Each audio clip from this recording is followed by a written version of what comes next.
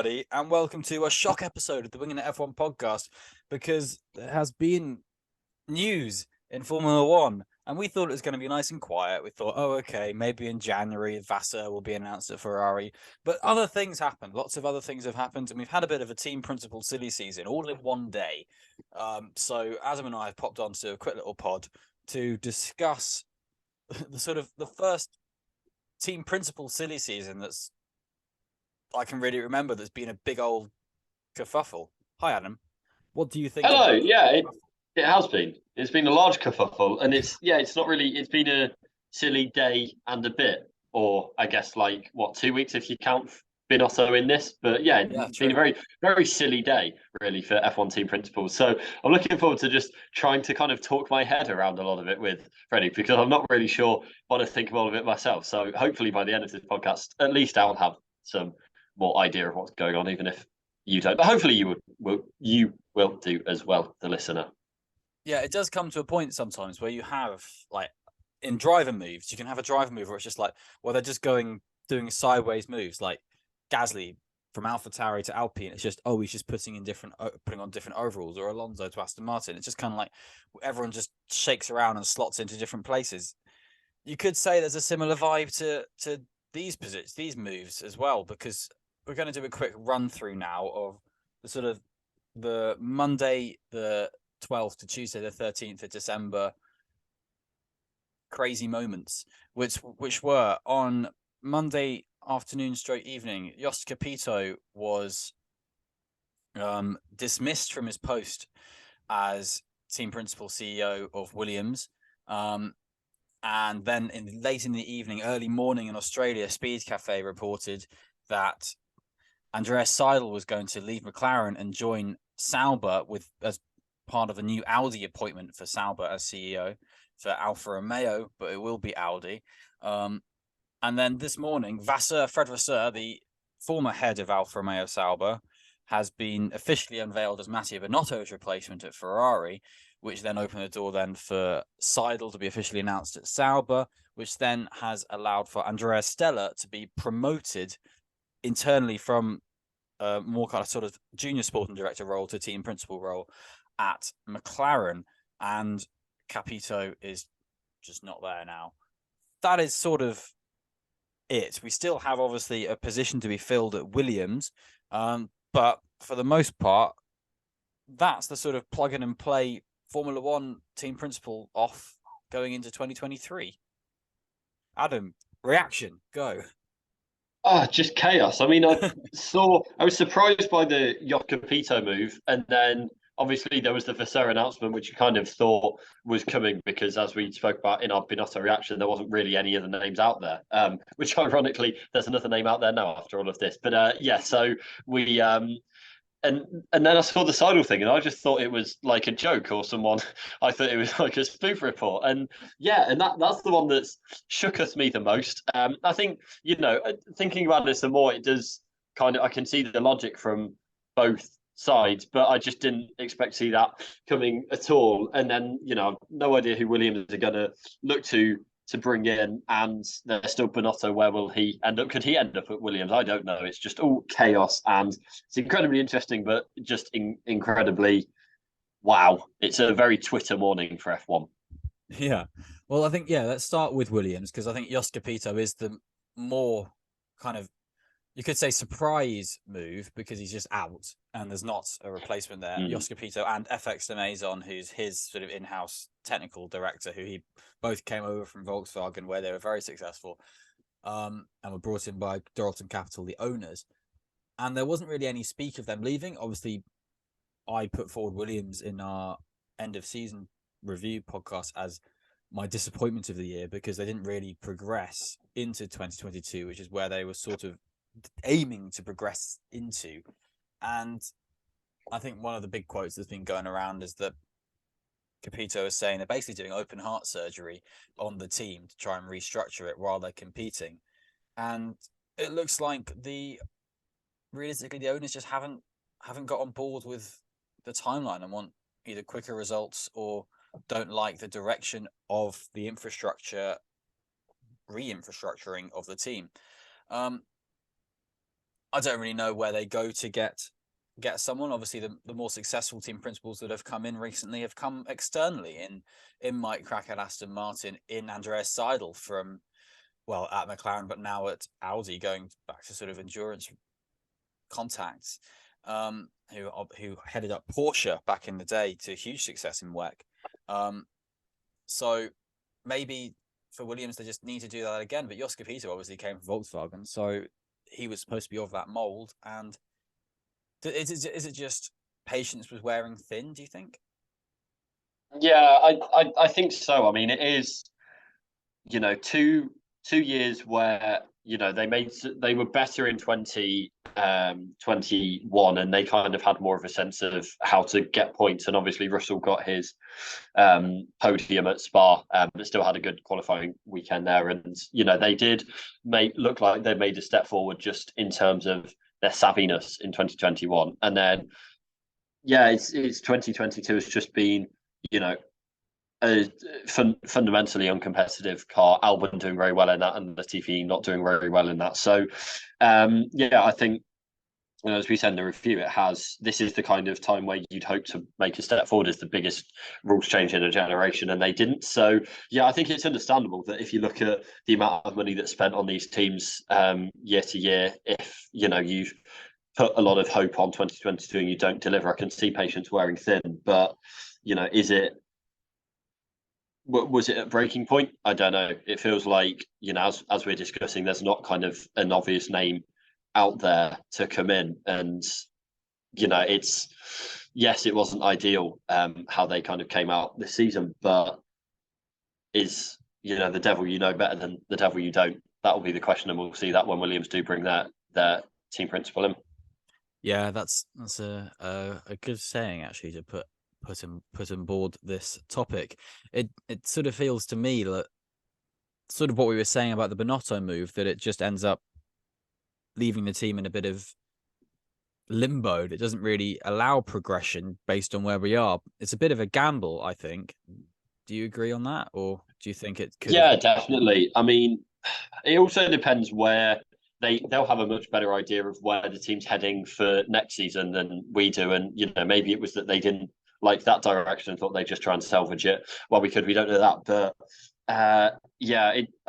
but again, like, it's one, the new team principal will come in, only be able to have very limited input on next year's car. So then they'll be waiting again until 2024, where it's their first kind of season that they can really dig their claws into and have their fingerprints all over. So then you're waiting another 2 years. You're on another 2-year timeline. So, I think really, if they come out next season, if they come out next season and are competitive, then it may be that this wasn't the best move, because that will be, a lot of Jos Capito's input. But if they come out and they're not, then maybe it was, the direction that he was taking them wasn't as good as he thought. Yeah, and really the sort of success of this move, like you say, won't really be played out for some time. And frankly, a lot of the sort of problems you could point to with Williams were in the management, sort of the mishandling some of the finance stuff. They did get a procedural warning, but it was announced earlier because they were just late handing in all of their finance reports, and the words are that the factory they're working in just isn't up to scratch for modern Formula One, and it's going to be a big old shift on to get that changed. And we just got to assume that the big shots in charge on the board weren't happy with the way it was moving along, and I guess they're going to have to take a bit more of a hands-on approach in the future. We'll obviously come back when we have a bit more news on who's going to replace Jos Capito. Just quickly, like, you kind of know a lot more motorsports outside F1 than I do. Do you have an idea of where Jos Capito might head afterwards? Do you think he'll try and stay in F1 or go back to his background? I think he might have a bit of a retirement. I wouldn't be surprised if people try to get him on board in some advisory roles, but I think he was planning to retire before taking the Williams job anyway, to be honest. So I wouldn't be surprised if he sits back and retires. I know I seem to remember he lived in an apartment with FX de Maison, and they would just sort of share the apartment, sit back and have a glass of wine in the evenings and sort of discuss Formula One anyway. So it might be nice for him to sort of go back and chill, if I'm honest, and he might quite like that. It's a bit of an unceremonious way to leave, but I don't think he's going to be too against it come March, or come mid next year when he's got his feet up, and with a bit more. Probably, I would, if I were at many teams, you would want to get him on board on a consultancy basis because his experience is wonderful and his experience of success is wonderful too. Another team principal. It feels weird. I keep saying another. I keep trying to say driver. Another team principal with a lot of historical success, not necessarily in Formula One, but a lot of success, is Fred Vasseur, who has now taken over from Matteo Binotto officially at Ferrari. We've said our piece on this, but Adam, do you have anything to say now, basically on Vasseur being announced and where you think it will head? No, again, kind of, linked with what we said in the Binotto episode. So check that out if you got time after you finish this, because this gives a lot more context, especially to the Ferrari discussion. But yeah, the obvious choice for Ferrari, I mean, great step up for Fred Vasseur in terms of his career, and then going up to leading, what is the biggest brand in F1. I think, for him, that would be, great, fantastic career move. So, and an unexpected one, I think, if you said at the start of the season. So yeah, happy for him and hope that he can make a competitive Ferrari and iron out, keep the strengths that they had under Binotto, and hopefully that comes from the people that are still there that were in Binotto's team. And kind of iron out some of the weaknesses in the race management. I'm just not, based off what we've seen, I'm not confident that they'll be able to do that, but I wish them all the best trying. Yeah, he's someone who's gone in with pretty much straight away saying we need to go in and shake it up and see what's wrong and carry on with what's right, but make sure we stamp out what's wrong. And that's probably the right attitude to have. And I think getting someone from the outside probably is the best bet for Ferrari, who have been very good at recruiting internally, as they did with Binotto, who obviously saw the problems on the ground and knew how to change them. But I think sometimes there are pros and cons to internal and pros and cons to external. And I think we've had the internal with Binotto, now we've got the external with Vasseur. We'll see how it goes. It could work wonders. He starts in January, and I think a bit of no nonsense in Ferrari. Someone who's been selected by the current big old management structure for the corporation of Ferrari is going to mean that he's got the board on side early on. And if they can build on last year in terms of performance, like you said, build on what was good, then the only way really is up. If it stays the same, then it's a failure, frankly. And that's the case with pretty much all of these team principal moves. If they don't do anything, then what's the point? But I mean, you could say that's a lot of team principal moves anyway. The team is the team. But Vasseur did do a lot to sort of shake up the business of Sauber, make it Alfa Romeo, bring it forward, and they have actually been regular points contenders for a lot of his time there. And it's easy to mark them down, but they had a very good season in 2022. So if we take as read his best year being his latest year, then he's an upwards curve manager. That's a very very numbers way of looking at it, and definitely isn't where you should look at it all. But you get the impression that Alfa Romeo and Sauber have been a very good structure under team underneath him. So let's hope that can transfer to Ferrari. But coming in to replace him as Sauber Motorsport CEO, and with the big old Audi backing behind him, is Andreas Seidel, the team principal of McLaren, who's not the team principal of McLaren. He's now the CEO of Sauber, which means he's the team principal of Alfa Romeo. But, it's all messy. But Andreas Seidel now works there. Hooray. Yeah, I was trying to maths out how much of an increase that Alfa Romeo had from last season to this season. So if they had about a bit less than five-fold increase in terms of points scored from last season, and if Ferrari have that, they'll end up with 2,500 points for next year. So is that possible? That. Even with the sprints, is that possible? I don't think so, but it's there for the taking. It's not there for the taking. Anyway, Andreas Seidel, yeah, it's as I say, it was the most unexpected move to me, even though we said Josipito unexpected. This was off the charts, really. He didn't, I mean, correct me if I'm wrong, but I don't remember seeing any kind of signs of grief or friction really at McLaren or any really indication that he wasn't happy there. And the team did say in their announcement that he had worked with them and been transparent through the whole process. So maybe that isn't indication that it was there. Maybe it's just team talk, but you don't have to put that in if you don't want to.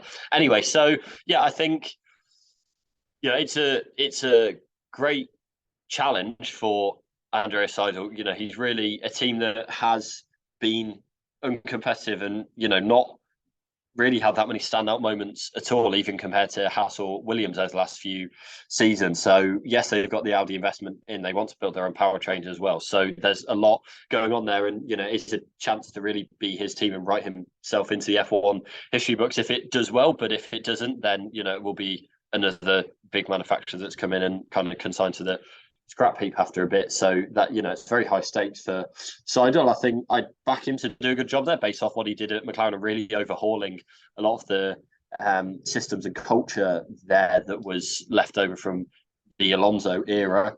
But it is a big challenge. It's not it won't be one that he's taken lightly, and he is stepping away from a team at McLaren that did seem to be, after a backward step this year, did feel like with Piastri and Norris that they could be on an upward trajectory, and he has walked away from that. So it's a big risk, but big rewards if it goes well. Yeah, it is a risk for him competitively, but it's there's a lot of faith being placed in him. There's a lot of faith placed in him by McLaren, and he has done a good job at lifting that team. So I think that the hope is that he can do the same in a big long-term move with Sauber, Audi, and I mean Audi will want to be bringing in more of their own people. Obviously, Alan McNish is a big old name with Audi, heading up their Formula E team and heading up a lot of their endurance structure as well. So there'll probably be a few more names being linked to that project, but if they can get a good figurehead early on with Andreas Seidel, and that's a very good move. And a lot of what happens with manufacturers coming in where they fail is where they just try and throw too many people into the pot. And obviously with Renault, you could look at that in sort of 2016 when they had Fred Vasseur and Cyril Abiteboul, and they were fine with not that. Hence why Fred left pretty early in that position. But I agree. I think Seidel's a coup for them, and McLaren have swiftly responded by promoting Andrea Stella, who was brought in sort of 2017. He was a Zach Brown appointment, and he's done good work with lots of drivers. He's worked with Raikkonen, Schumacher, Alonso, and they all rate him very highly. I'm pretty sure he was all. I want to say this, but it's the top of my head, so it might be wrong. I want to say he was all of their race engineers at Ferrari, and I think there was a point. I think it was the Valencia 2012 race where Alonso won, Raikkonen was second, and Schumacher was third, and he was on the podium, having been all of their race engineer at a point, and it was just a really cool moment. And he's got experience, he's got a lot of respect, and he's worked. He's been a very respected guy at McLaren. I'm all right with him. I'm all right with him having this job. Yeah, so do I. I mean, it's important to remember that Zach Brown will still be there as well. And I was going to say on Seidel, he's someone that, Seidel was able to get on with what he did. And there was kind of I feel like Zach Brown was the public figurehead of the team. He was his kind of American bluster. And he kind of took on all of that and just let Seidel get on with what he did. So, Seidel obviously, we'd yet see who else Audi kind of appoint, but whether kind of not having that foil or shield will impact how it works. We'll yet to see. But in terms of McLaren, yeah, I mean, Andrea Stella, like you say, he's got good pedigree. They've still got Brown there, but it's it is again like they'll have had Seidel's input on next year's car, so there is a kind of period for Stella to get just embedded with the team while just finalizing this year 2023's car before obviously going all out for the next one. But yeah, I mean, it's in terms of the track record, it's a good appointment, but with someone stepping up into the top job, then there's always that kind of question mark. So yeah, I think Andrea Stella is it's a good appointment. I think it's just more of the same for McLaren. I think he will do well. I think he's the right person with the right culture, with the right attitude to to keep on the trend that McLaren have got going, because I don't think you need to change too much internally there. It's obviously Ferrari and where they need the big boost, and then Sauber, Audi, where they want to have someone good in place. So McLaren, I think, do more of the same, and if Stella can do that, good for him. To sort of wrap this up, then, Adam, who do you think's got in the best position now after these moves? Which team do you think has played the best chess today? I mean, I'll do person and team. I think obviously Vassar going from Alfa Romeo to Ferrari is the best, promotion. It's got to be Audi. It's they have someone who is vastly experienced already, even though he's only been in F1 for a short time, has management experience outside of F1 and in F1, which is the one thing that Stella doesn't have really. So yeah, I think it has to be, and I'm not kind of that confident, as we said before, that Vassar will be an improvement on Binotto, so it has to be Audi. I completely agree with that. I think it's a good move for both parties. Like you said about McLaren has Zach Brown there, whereas this is Seidl, the CEO of the Sauber Motorsport Group, so he's been given the sort of essentially a promotion step, whereas a lot of other people have sideways stepped realistically. And I think that's a great move for both sides. I completely agree with everything you just said. Of course, that's basically the end of this little team principal bonanza episode. If anything else happens in the off season, we will obviously be swift to respond. We hopefully will be able to have Nigel. He's currently in transit to the Formula E testing in Valencia. Fingers crossed he gets there, because as I'm sure you can imagine, if you're aware of the UK weather at the moment, it's a bit of a sketchy time to get there, as well as strikes galore. So if he can get there and have a good time, good luck. Enjoy Valencia, Nigel. Go and high five some Formula E drivers, and go and follow him on Twitter as well, charm. because go and follow him on Twitter, because he will be tweeting about being at the Formula E in some capacity. So Nigel C. Journo on Twitter. It's very cool. Nigel C. Journo on Twitter. Adam, do you want to plug your Twitter so that people can hear you tweet? Yes, I think I tweeted more since the England game than in the last about 2 months before that. But yeah, great. I will be trying to wind down my frustration at many other England fans and not tweet so much. But yeah, if you do want to look at any of that or see my tweets going forward, which aren't so football heavy, then it is at Adam Dickinson 01. Yeah, go check him out. Usually the tweets are quite good, dry wit. Oh, thank you. Is it a compliment? Incidentally, if there's one person I really, having done all of this, if there's one person I really do want to stay in their top job, it's Gareth Southgate. So yes, it's a very good point. I completely agree with that. Unless they can sign Didier Deschamps. But anyway, if you want to follow me for no apparent reason, I don't really tweet anything that's interesting at the moment. I just sort of spout random stuff.